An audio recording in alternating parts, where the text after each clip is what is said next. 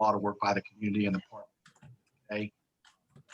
You know that I am committed to it, and I do see the benefit that's going to come out of this. We've just got to stick together and stay after it and not get discouraged along the way and stop everything. So that's kind of, but again, I want to welcome you here.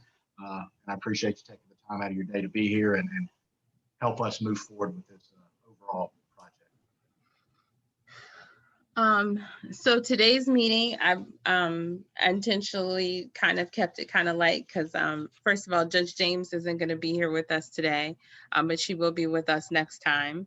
And so I'm going to record this for her purposes for right now, but we need to have a discussion about privacy and some other stuff and how we're going to handle things going forward and how people in general feel about us recording things, but that's further on the agenda. But so first of all, our agenda today is, I'm just going to go over a little brief, again, a little reminder of what we're going to do as part of this project. And then we're going to have a quick discussion about roles and responsibilities. And then we have a co-chair system, and I'd like to have a discussion about community vice chairs. And we don't have to complete that conversation, but just kind of begin it today.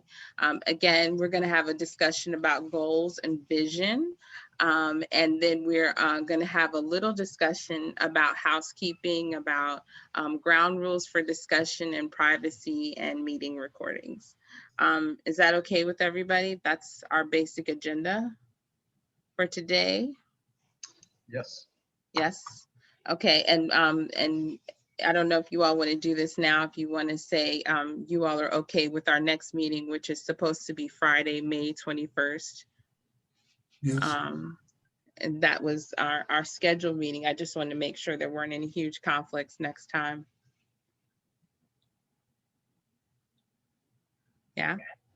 Everybody good with that? Okay.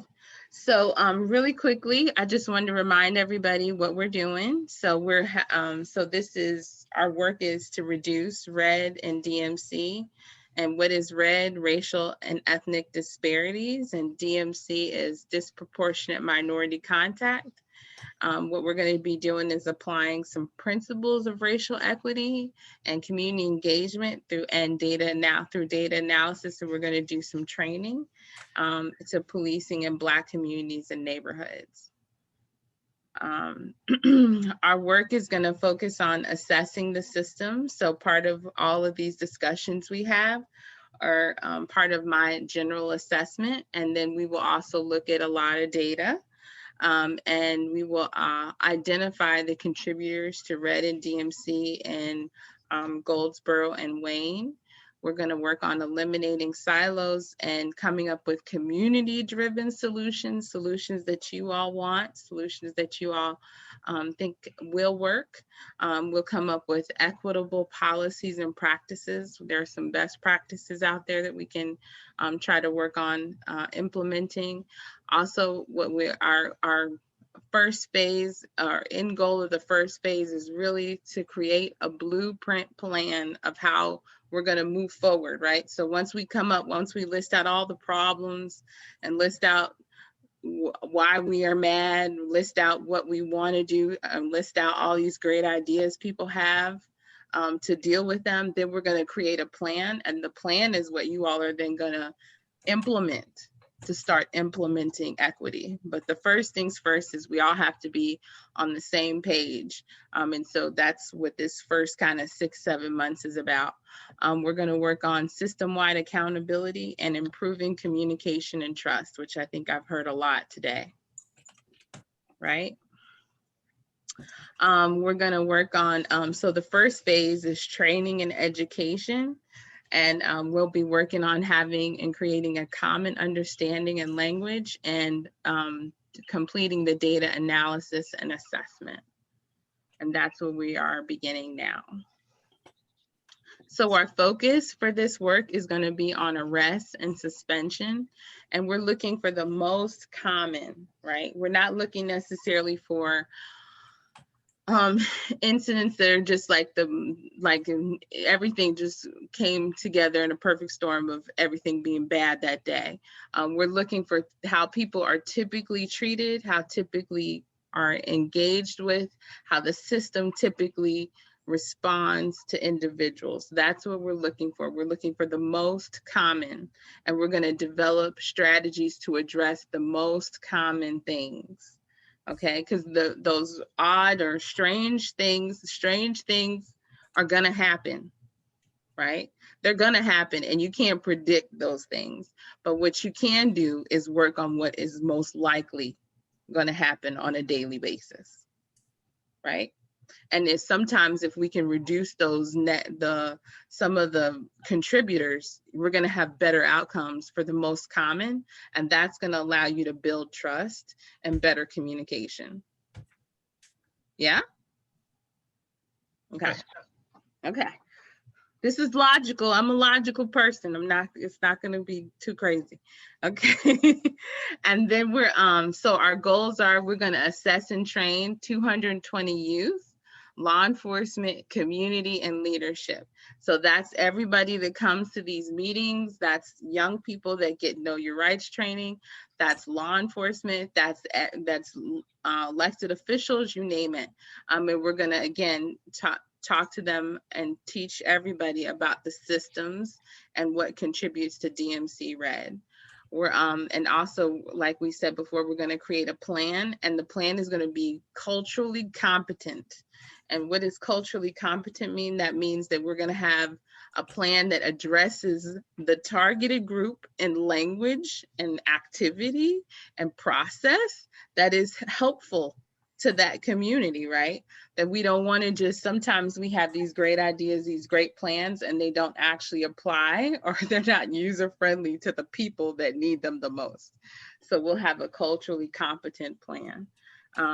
And I know it's kind of weird because people go, we speak the same language, but we don't always actually speak the same language. We're going to work on providing training resources for law enforcement. So that might be maybe some communication stuff.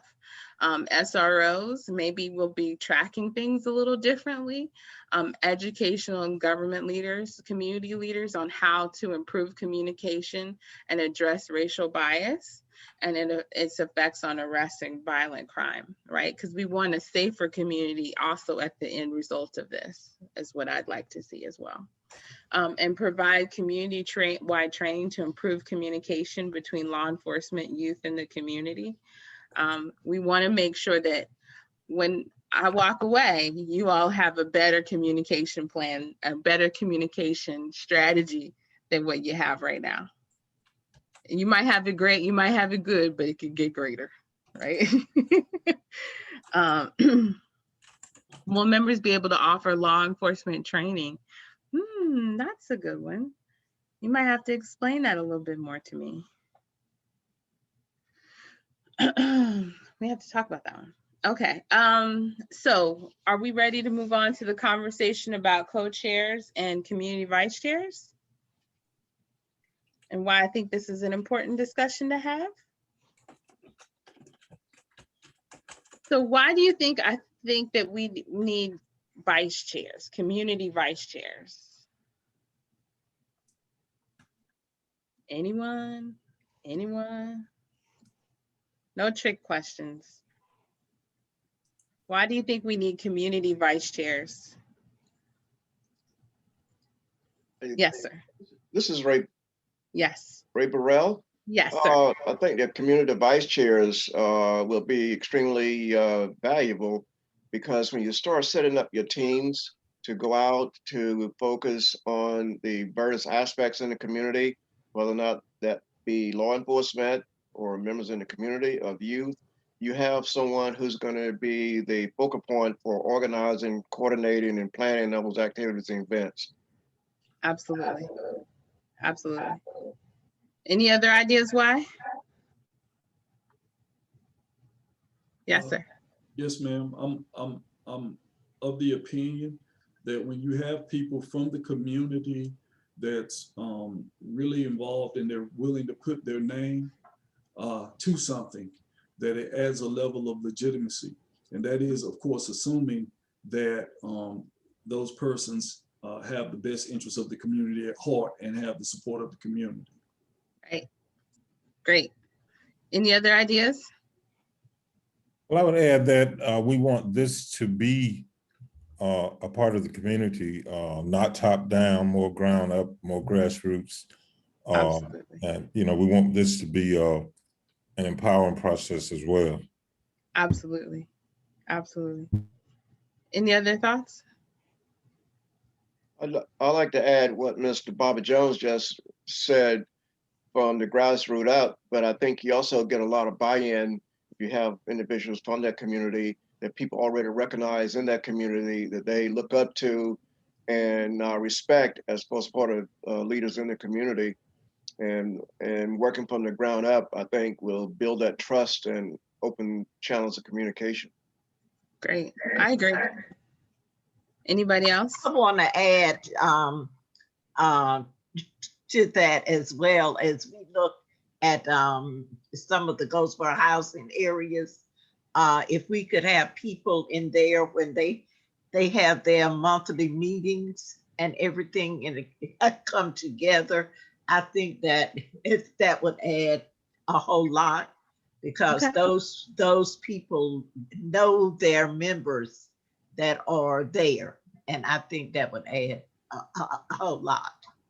Great. Anybody else? These are all perfect and they're the absolute right answer. There's one big word that I think people love to say right now though. Maybe two. This will give our process some accountability, right? And this will give our process transparency. That at the leadership level where we're making decisions, this is going to help everybody, you know, have some stake in the game.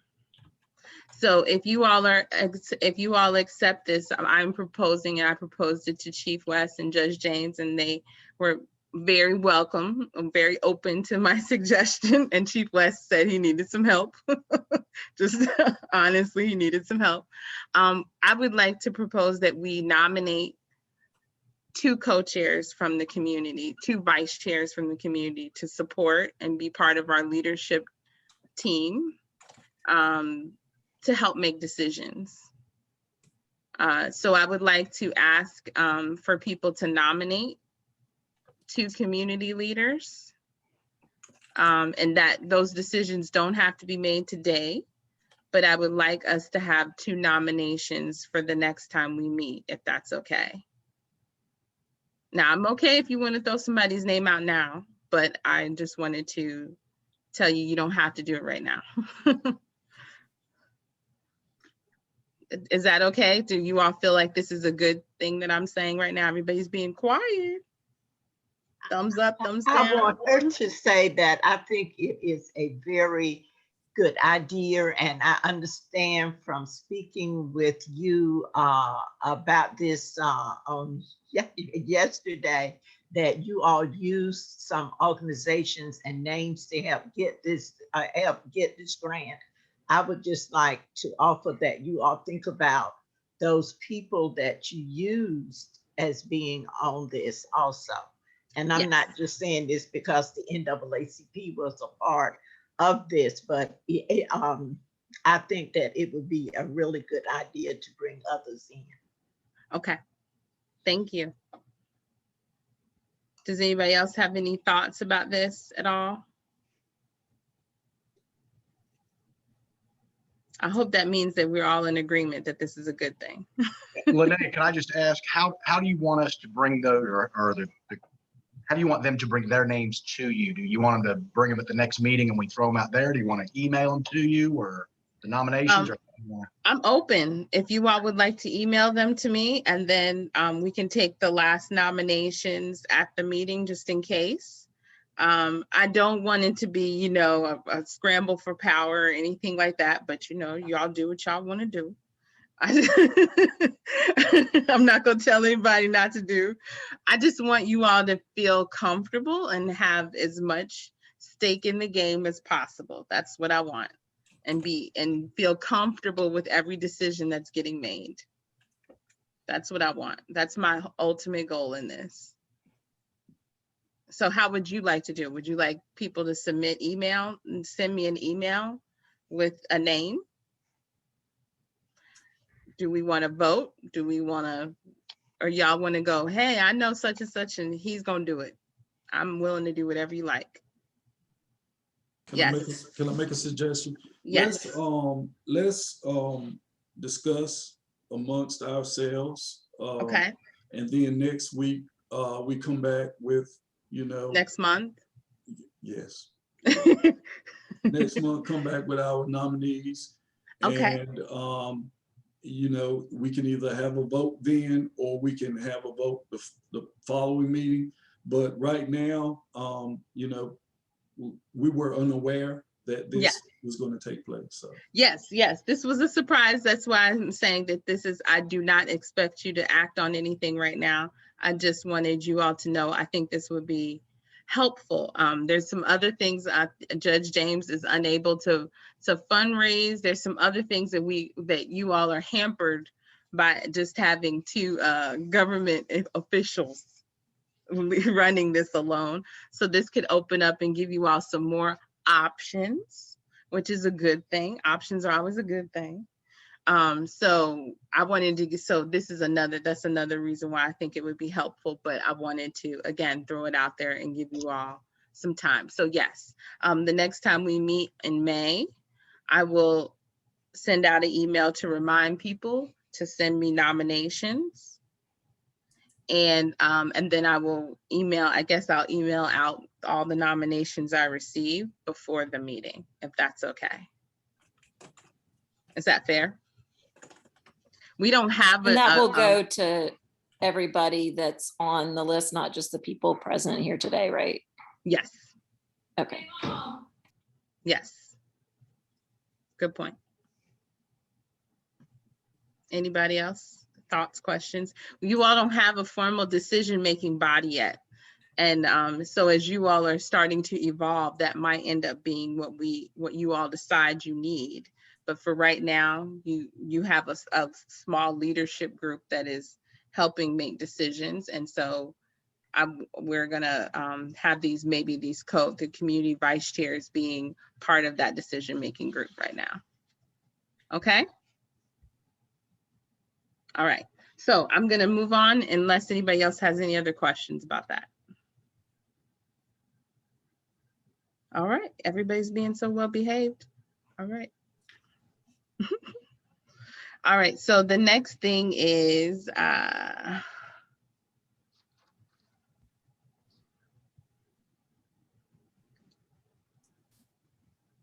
so we're gonna move into the goals and vision discussion. So what I'm gonna do is put in the chat box, I created a little form because I want everybody to kind of tell me what their goals and visions are. But I would like you all, I'm gonna break you up into groups, maybe 2 groups. And I want you to introduce yourselves to each other and then take 10 minutes and talk about what you all in your groups feel like is a good goal for the work that we're gonna do, okay? And then eventually I want everybody to do this individually, but this is how we're gonna start today. So then I can have some idea of where we can arrive at consensus together, if that makes sense.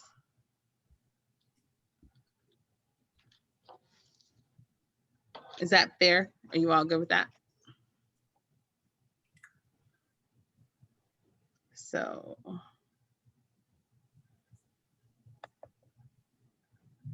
let me know if you can't get access to the form that I just sent you.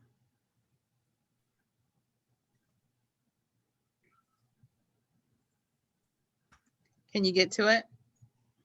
Everybody? Yeah? I got Okay. you. All right. So I'm going to break you up, like I said, into 2 groups, and you're going to introduce yourselves and then talk about what some of the goals that you all would like to see accomplished as a result of this work, please. And you have 10 minutes. So it's 3:52. So we'll meet back here at 4:02.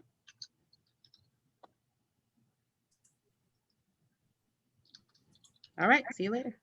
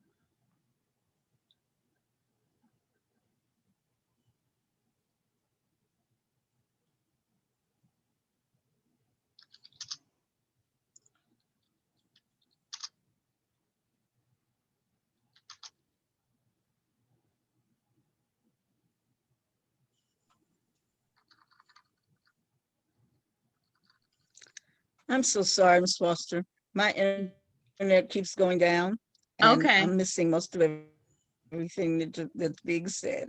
Okay. Well, I'm recording it, so I'll share it with you. Is it possible for you to send me oh, yeah, I was gonna ask if you can send me that and I'll watch it when I get home. I wanted to Sure. participate, but it keeps going down. I don't know what's going on with it. Okay. I was gonna say, did you want me to send you to a room? But you're saying you can't. I gotcha. I'm not hearing you. I'm getting a word here and there, and that's it. Okay. All right. Well, yes, you can. I will share with you the recording. Okay, I'm sorry. I really wanted to participate. It's But, okay. At some point, hopefully we'll figure out how we're. I was like, at some point, hopefully we'll figure out how we can be together in some way.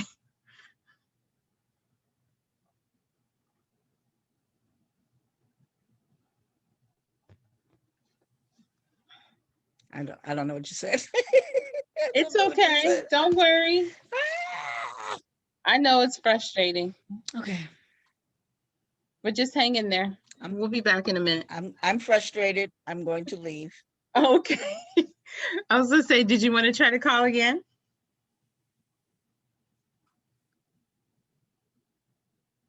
I did. I tried to call and I wasn't able to get through on the phone. Oh, no. So I don't know. Maybe I'll try that again. Okay, maybe I'll try a different thing besides Zoom. I am going to leave the Zoom now. Okay. Okay. Yeah, All right. I'm going to leave the Zoom and I'll try the phone again. Okay. Thank you. You're welcome.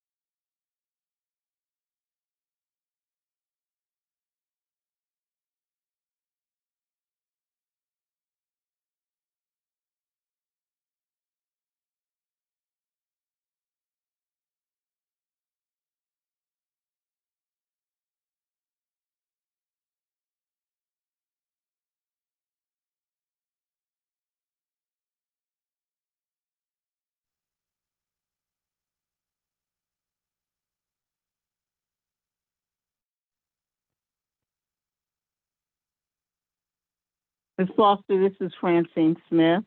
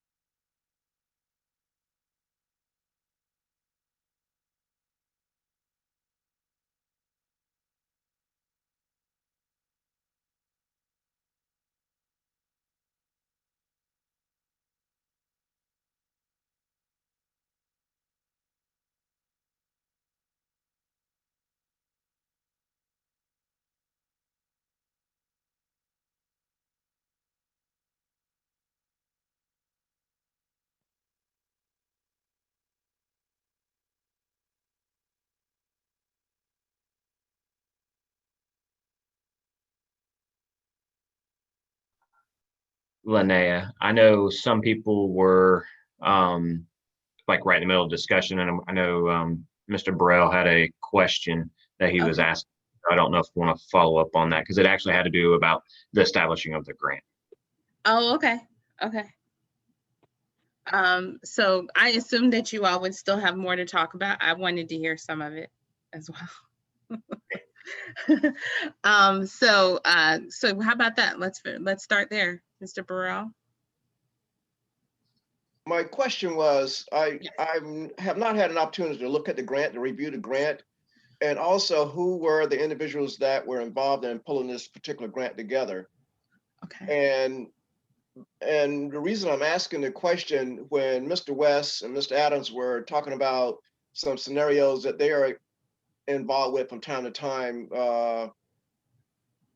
what about our religious leaders? Are they, or they're involved? Were they in developing this grant?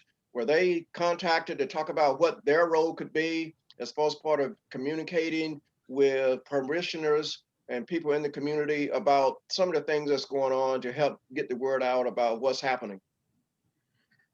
So do you want me to take a stab at that answer, Chief, and then you can jump in if you like, or you want to go first? I do have, yeah, I do got the list in front of me of who was involved in the actual memorandum and what we did for the grant, the partners that are in it. But I mean, if you want to start, I'll kind of fill in the gaps. Okay. So this grant idea was, it did not necessarily focus on the faith community in particular. It was primarily focused on for the MOU partners. And let me just say that the MOU partners were really, I would call them agency heads. I would think about it more like that they are people who are the direct, I would almost even say the direct beneficiaries of the work that we're going to do. That they're going to end up having better outcomes, better, all over as a result of this grant. And so we did not specifically do that for this first round. However, the follow-up grant that we will work on as a result of this work is much more community focused. Right. And we will be able to then, by the result of these conversations, key in on who will be responsible for specific deliverables, right? And that's who are primarily in that MOU, people who are responsible for deliverables. So that's how I wrote it, if that's a better understanding. And Yes, I'm absolutely happy to let you read it. And what I would like, my goal is to let you all decide where it goes. Okay. And when you decide where it goes, that's who's going to be your decision makers, your policy makers, and your people who are crafting things and bringing people to the table. So say you say, Linnea, what we really see is that we want to work on, like I've been hearing a lot of communication stuff, then I think we'll really push in that direction, really, and we'll flesh it out and what will be the pieces that make good communication out of this. But maybe it'll be one of the things in another place that was really focused on how young people got engaged in the process and in the system, right? So it was a lot more about what can we do with young people on the street? What can we do with young people here, young people there? So it just depends on what you all want it to be. But this was just the beginning. And they are more than welcome. I have a question for you. Yes. Yes. Trying to learn things. What does MOU stand for? Oh, Memorandum of Understanding. Okay. You know, I'm a grant writer, so sometimes I go in grant land. Sorry. This is Alicia Pierce. If I could, I would like to suggest not only the faith based leaders, but like our housing authority, someone from like our WA Foster Center. I know they have a director because they interact with a lot of our youth. Okay.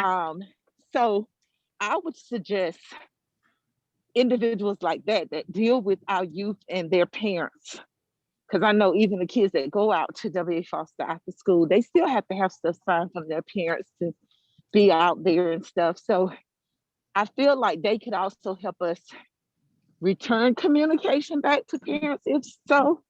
Okay. Maybe, you know, handing out papers and stuff like that. And I know our housing authority definitely have a lot of different things they're doing. The YMCA, I don't know if they've been, not the YMCA, the Boys and Girls Club. The Boys and Okay. Girls Club. Mhm. Yeah, so I'm looking at agencies like that, and Okay. just going, and I was in that group where Chief of Police West and the police Adams, and they were given the scenarios, and I made some suggestions for them. But I just want to say, as an individual that go to church myself, a lot of times those of us that go to church probably don't fit that scenario that they were giving. So even if you had your faith-based leaders involved, how would they get the word out when they can't even get these people to come to your churches? And I would just say that. Mm. And so that's why I think it would be better if we definitely try to get those places like Housing Authority and some of these other places involved. So we do have the Housing Authority that is a MOU partner already, but I think we can add more to it. Maybe some people who maybe have better connections to the folks on the ground. So I hear what you're saying about that. And I do think the Boys and Girls Club would be great. And I would say again, you know, part of the challenge that you all will have to work through, that I will help you, is figuring out what times and dates are most convenient for the people you really want to be here to make decisions, right? It's important that you make the time, you know, sometimes we pick these times because because these are convenient for folks that this is their 8 to 5 job. But sometimes, you know, the challenge is making sure that we make this convenient to the people who are actually directly affected by this, if that makes sense. So we'll have to, you as a community will have to work on that. How do you do that? All right, so let's, is it okay if I see a chat, somebody said, as we discuss policy related deliverables, local policy, state legislation, let's be specific as possible regarding the written language and intent of the proposed policy legislation. Absolutely, absolutely, absolutely. And that's part of what we're going to do, is figure out this common language, because I know sometimes people have different ways of talking about different things, and we'll work on that. So can we debrief about what happened in your mini groups? What was some common things that you all discussed in terms of goals? Who would like to share? Please unmute yourself. Everybody's muted but me and Chief West.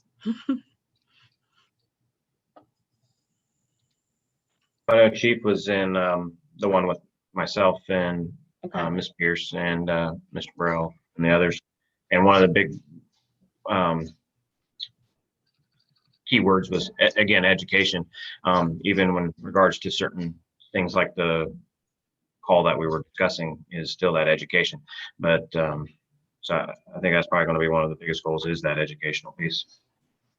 So we talking about community education? Community education. Mm-hmm. Okay. And the police department offering it instead of just it being, you know, maybe a community-led educational type thing, but actually police officer, like our division, community police services, getting out more in the public and doing more presentations, videos. Even with the pandemic, I think still concerns about mass group meetings and stuff. We could be doing more. Okay. Possibly doing some video stuff that we can put out through social media or even our website. And did you all have some specific education that you're looking to do, or what's the need? What are people feeling like is not being met? Chief, you want to, based on that call, you want to kind of talk about that? Thank you, Sarge. I guess the educational component is what the community, I guess the public needs to understand kind of what the law enforcement kind of goes through, or what, when they get dispatched a call or when they get pulled to the scene. It's to kind of let the community know what we're thinking, what we, why we're responding, why we do what we do. And I think from the community, we need to also educate the community on what they have to do if encountered by the law enforcement, or what they don't have to do. And the scenario we pulled out was a call for service that we got prior to me coming to this meeting. Heard it on the radio. Officer was dispatched to an individual sitting on the side of Slocum Street, and that was the only information that was given. The officer gets there, come to find out the black male subject is there waiting on a bus. He's waiting on a gateway bus, but yet the police got called to check him out. Shouldn't have been a call for service for us, but if we don't go, then the person that called it in will have a complaint that the officer didn't respond to their call for service. Mm-hmm. So, but I think that's the educational component, that we need to let the public know this is why we do some of the things that we do, but we also need to let the public know that the officers need to know, or the law enforcement needs to know. And I think we do a pretty good job, but I think we can do better. If I were that officer and I walked up to the gentleman that was sitting there waiting on a bus, said, "Sir, I'm Chief West of Goldsboro Police Department. I was dispatched to a call to come down and check on you. Is everything okay? What is your name, sir?" He's got to tell me nothing. He doesn't have to tell me anything. He can tell me, "I don't have to talk to you, sir. You can go on down the road." And I know, or I should know, he's right. He doesn't have to tell me anything. I can try and walk away. We got to make sure that law enforcement knows that it's okay to say, "I don't need to speak to you." Right. That's the end of it. So that's kind of the educational component. Law enforcement needs to be educated on some of the things, but I think the community needs to be educated as well. Okay. Is that what you all, so on the flip side, I think that I hear what law enforcement is saying. This is what they hear, this is what they think you're talking about. Is that what you were talking about? Yes, what I suggested was that, we do that. That's where the education piece came in, was we need to find an education piece to say to the community, a person sitting, no other people around, they're not bothering us. So why are you calling? Okay. So there needs to be an education piece of that to make people change their mindset.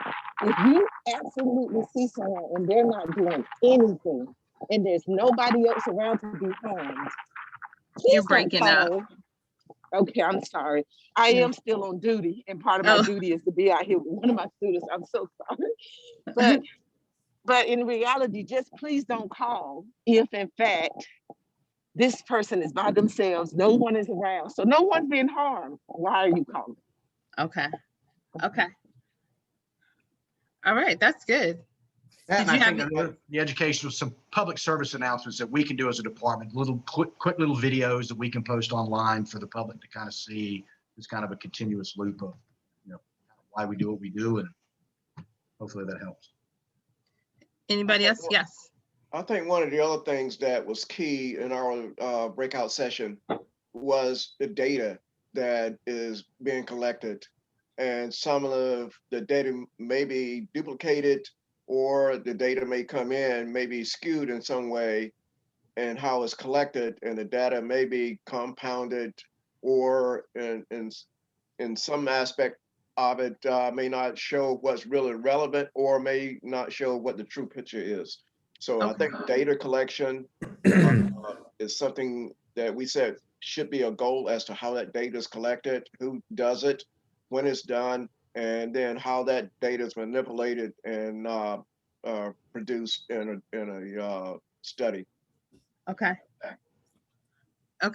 that's good. I'll try to capture a couple of things. I might have to call on some of the other members to. Sure.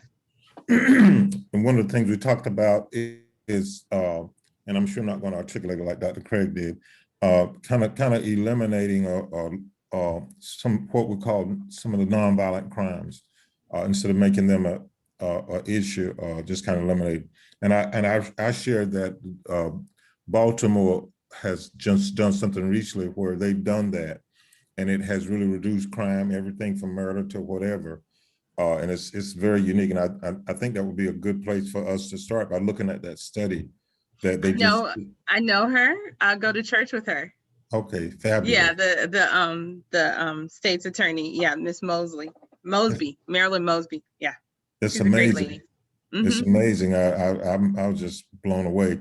And it leads me to ask the question, what would happen if the police let somebody with a minor crime get away? And, you know, like I said, I started out clinical psych, and I have to ask these questions because, you know, we see, and Dr. Craig talked about this, how the police get so pumped up in situations until, you know, they have to bring closure, it appears. You know, they have to end it. And oftentimes it's a bitter end. You know, somebody like me get killed. What would happen to them if a person who just smoked a blunt, or the person who just did something minor was not arrested? You know, would the police lose their job? Would they be looked down by the peers? Just to study that, so we can have a gestalt of what's going on inside their head and support them in ways that they need to be supported. You know, that type of thing. And Ms. Bean, you please share what you talked about, transparency in the data, because I know I can't articulate it the way you did. I just, a lot of the same thing in that, you know, we have some data, but I'd love to see more data collection at every level and transparency with that data so that we can tell our story better and more honestly, you know, and share those things and work toward to, you know, changing things that we as a community wish to change. So that's all. Great. Thank you. Anybody else? Any other thing? Was that the second group that you just shared, Mr. Jones? You all were in the second. You were okay.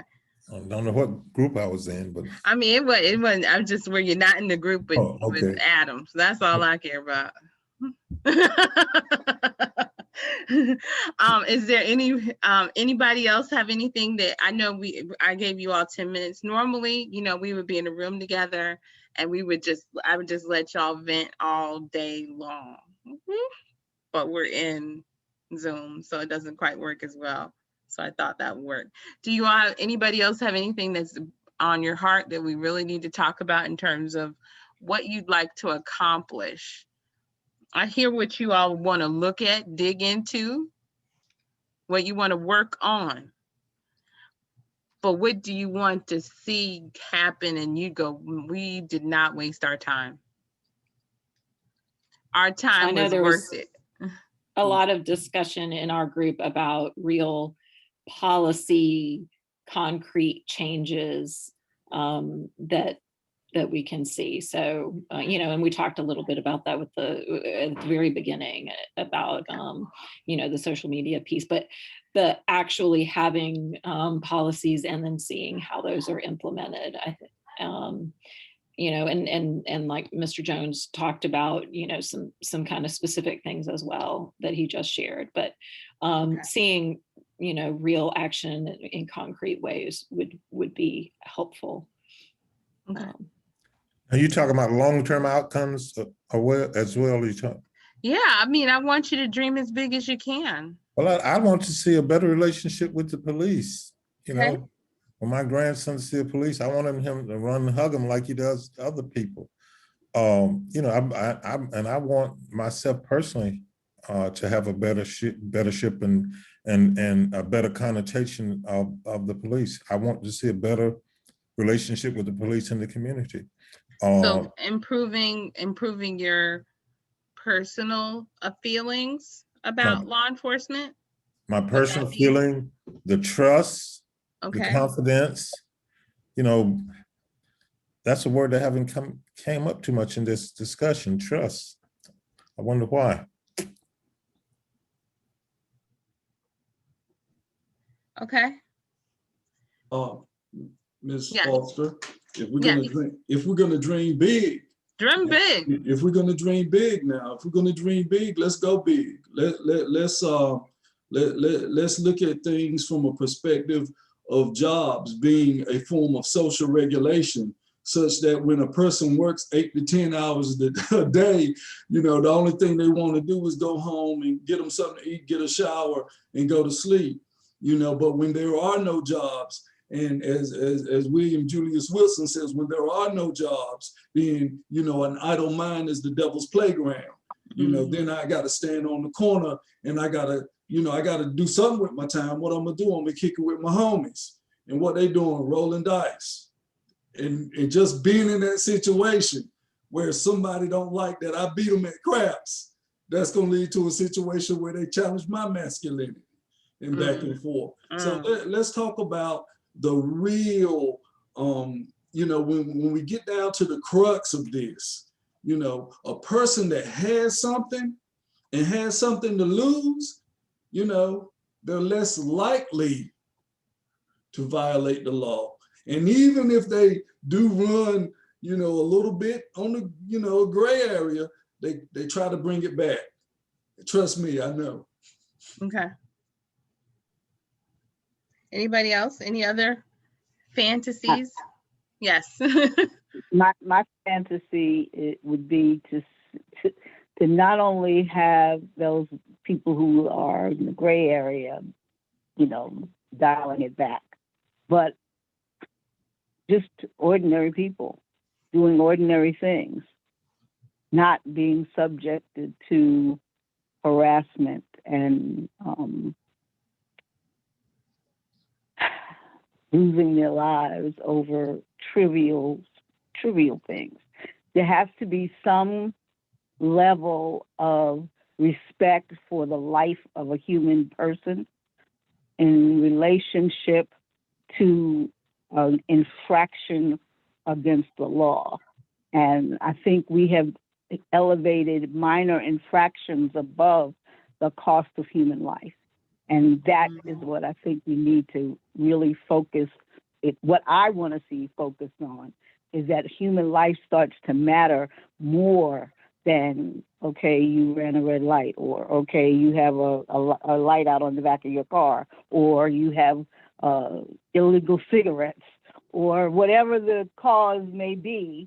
Those are not things that should cost a person their life. And I want to see us recognize that, acknowledge that, and move our community, our city, our state, our country toward that end, where the life of a person is more important than other things. And it seems to be fine if the color of the skin is the right color, then there is value. But when the color of the skin is not, when the color of the skin is black, it is automatically assumed that they've done far worse things than what you may have seen them do or stopped them for. And that's what I want to see us change. Okay. That's good. That was beautiful. Thank you.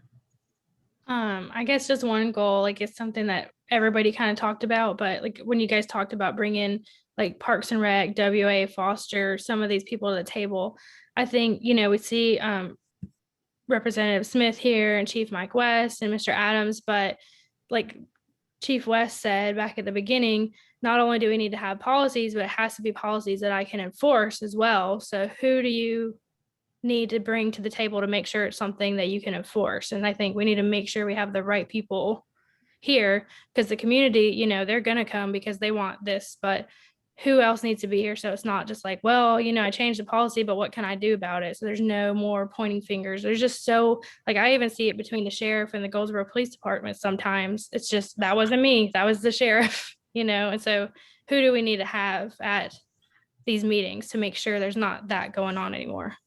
Okay. That was good. And to follow up on that, so there has to be some type of an examination of the relationship between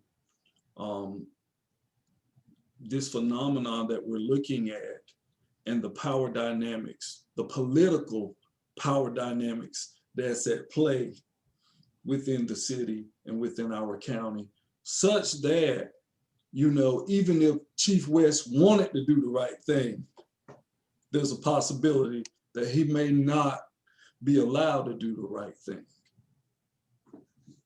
Okay. Okay. All right. Well, this was good.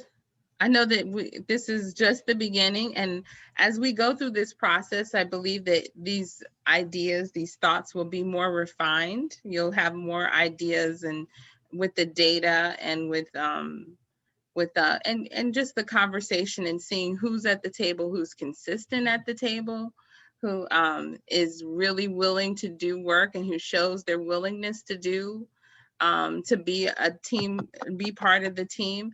I think the perspective of what the goals and where we're headed are will become clearer and clearer and clearer. But this is a great start, you all, and this was actually more than I thought we would get today. So I'm very grateful. Thank you very much for being willing to be honest and open. This was some serious conversation that happened today.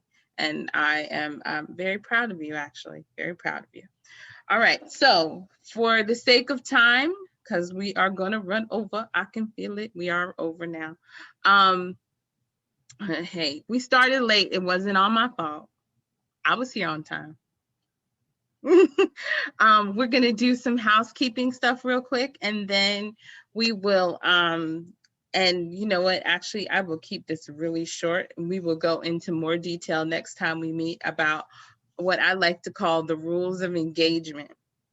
And we will probably need to revisit these rules several times as we have deeper and more serious discussion. But I think we need to have some rules of engagement of how we talk to each other, of how we communicate, and how we continue to stay at the table, even when our feelings get hurt.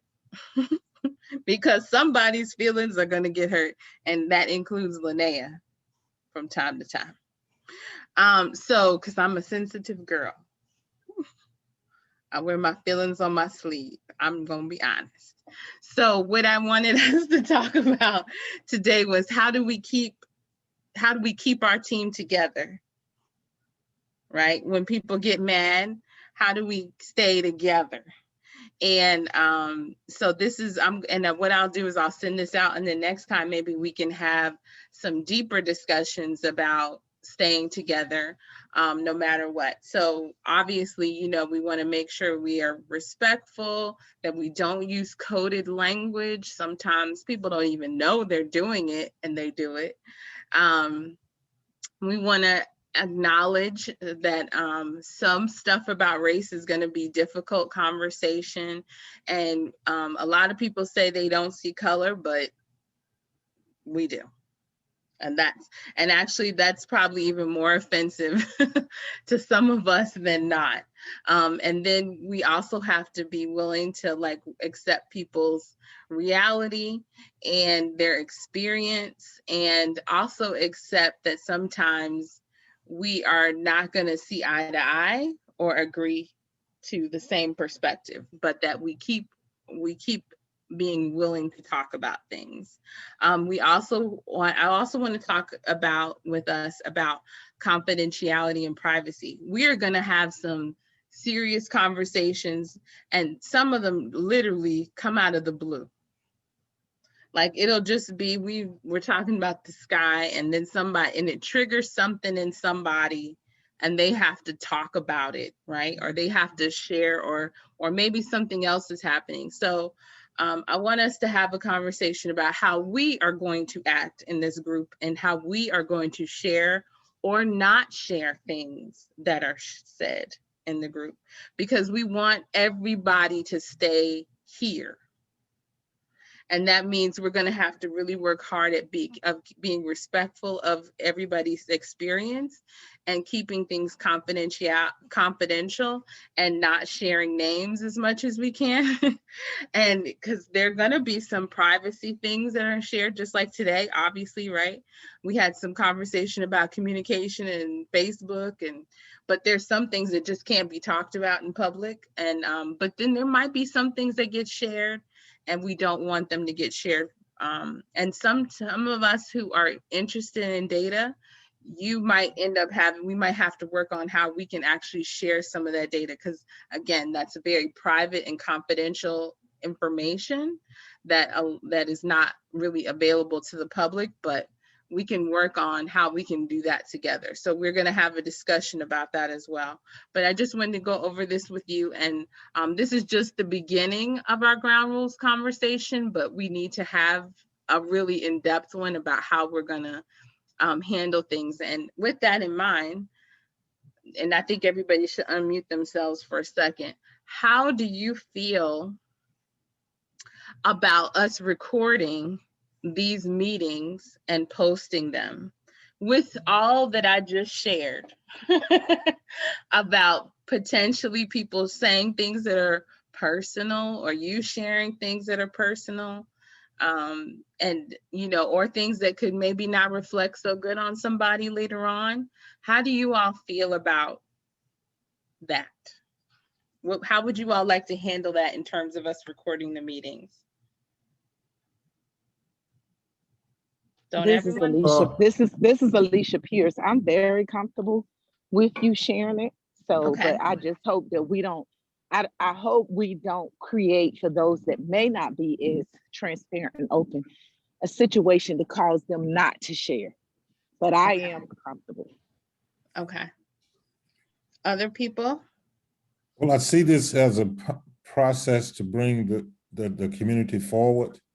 And I think the way we handle some situation, discuss some situation, it might be helpful in bringing our entire community, whether that be BIPOC or white, community forward.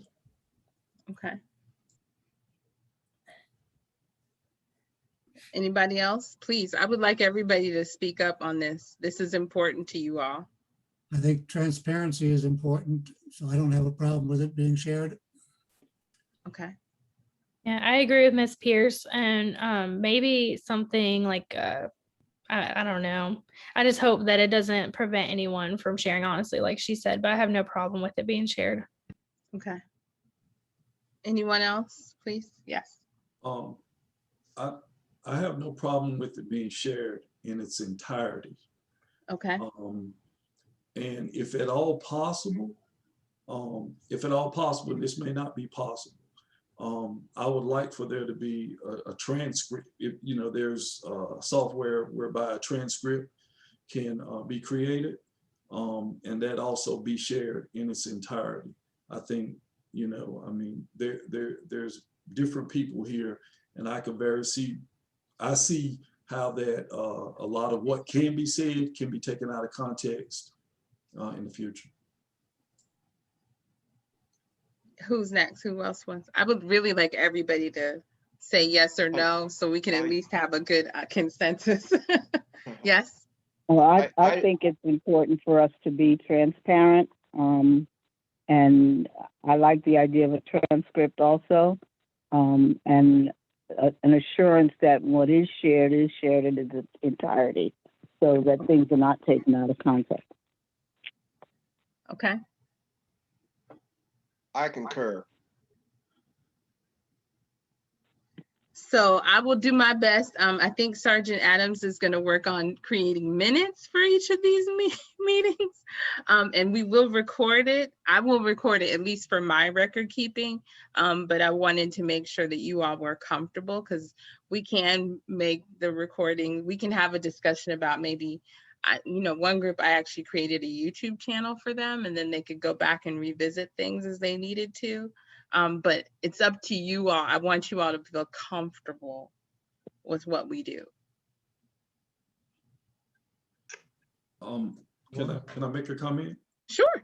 And this is I'm not casting aspersions upon Sergeant Adams, but dealing with the Goldsboro City Council, particularly, we've had issues whereby things were placed in the minutes, but they were not placed in the minutes in an accurate fashion.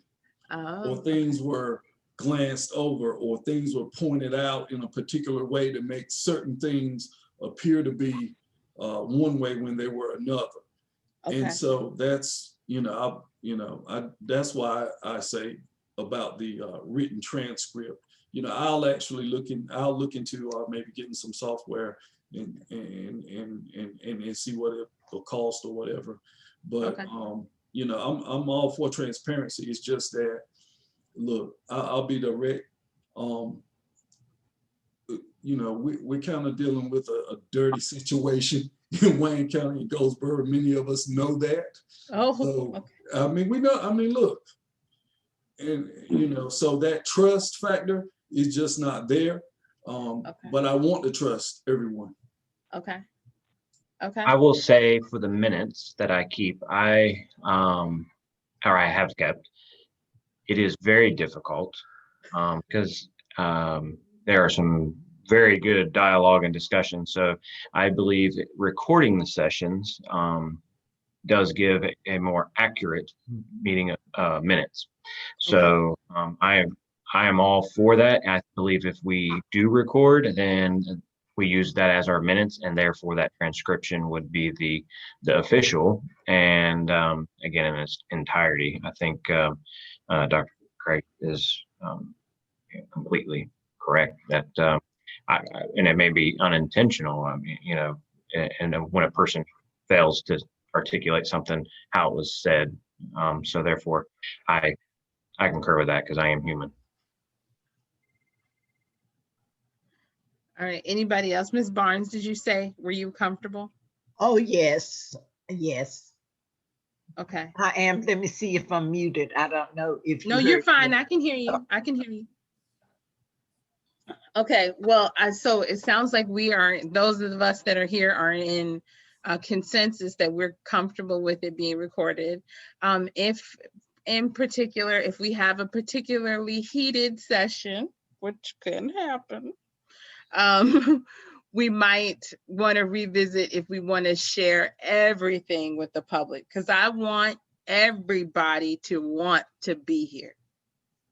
Okay, that's my goal. Is I probably will spend way more time beating the bushes, reminding people I haven't seen you in a month, where you been, that it's important that you all are here together. You can't have good communication without being here together. So whatever we have to do, whatever Linnea has to do to help you all have good communication, I'll do it. Okay. All righty. All right. So with that said, did you need to leave me, Mr. Jones? I see you have thrown up your hand at me. You I gotta do. go. Okay. I do. I might Okay. not look like a pumpkin, but I turned into one 10 minutes ago. All right. Okay. So we have so I think I'm pretty much done. We're pretty much wrapped up for the day. I think I just have one more thing to do, right? No, that's it. So I'm finished. Does anybody else have any other questions? I'll see everybody next month, May 21st. And I will send out this little ground rules to begin with. And I will, I know last time people asked me for the PowerPoint, I will share the PowerPoint and PDF it out to everybody so you can share. Okay, and let everybody know who wasn't here. They missed a good meeting. Okay. Does anybody need anything? If you need to talk to me just for a second, I can hang on for a good 10 minutes if you need to talk to me individually, but otherwise you're free to go, and thank you for a good Friday. I look forward to meeting everybody in person one day. Thanks, everybody. Have a great weekend. All right. Thank you. Thank you, everybody. Have a good weekend. Thank you, Ms. Barnes, for coming. Thank you. Ms. Foster, I got those links and I've already downloaded those documents and I'm going. Oh, yeah. I'm going to read through them. And thank you. You're welcome. Thank you. And I apologize. It was just, my mom's been in the hospital, so it's just been. I hope everything's okay. She's getting better. She's getting better. Okay. Right. Thank you. Thank you, ma'am. Anybody else need me for anything? All right. Ms. Foster, Yes. Yes. could you resend that form that you send out to everyone? I don't know how to pull it back up. I sure will. You want me to put it in the chat box right now? Yes, ma'am. Okay. Is